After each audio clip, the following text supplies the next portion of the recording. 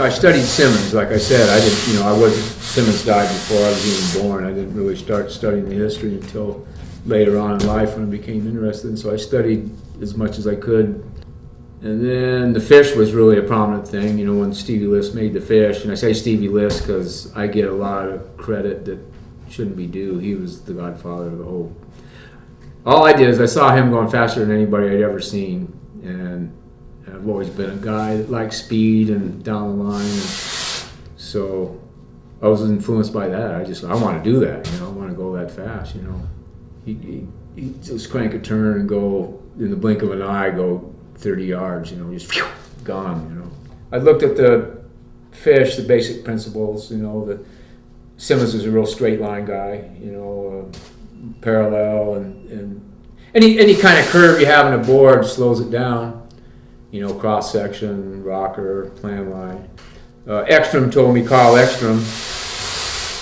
I talked to him about Simmons because he was around when Simmons was happening, and he said Simmons said nothing under a 10-inch tail block, because of the curve that would put in the plan line, and that's how I came up with it. But I just wanted to do something different. Shapes were so stereotyped, and actually I made one for Derek Hine because it was a whole story about Bunker Spreckles, who was an infamous person in surfing lore, and Clark Gable's son, and went to Cal Western when all that was going down, when the original shortboard evolution and the fish thing started happening, and he had the money to travel around. He was one of the first people to go to Jeffreys Bay, so he had a fish with him, and the stories of Bunker riding Jeffreys Bay at Mach speed or whatever, and Derek Hine, he discovered it and built a house there, and I guess the locals were telling the legend of Bunker Spreckles Mach speeding across Jeffreys Bay.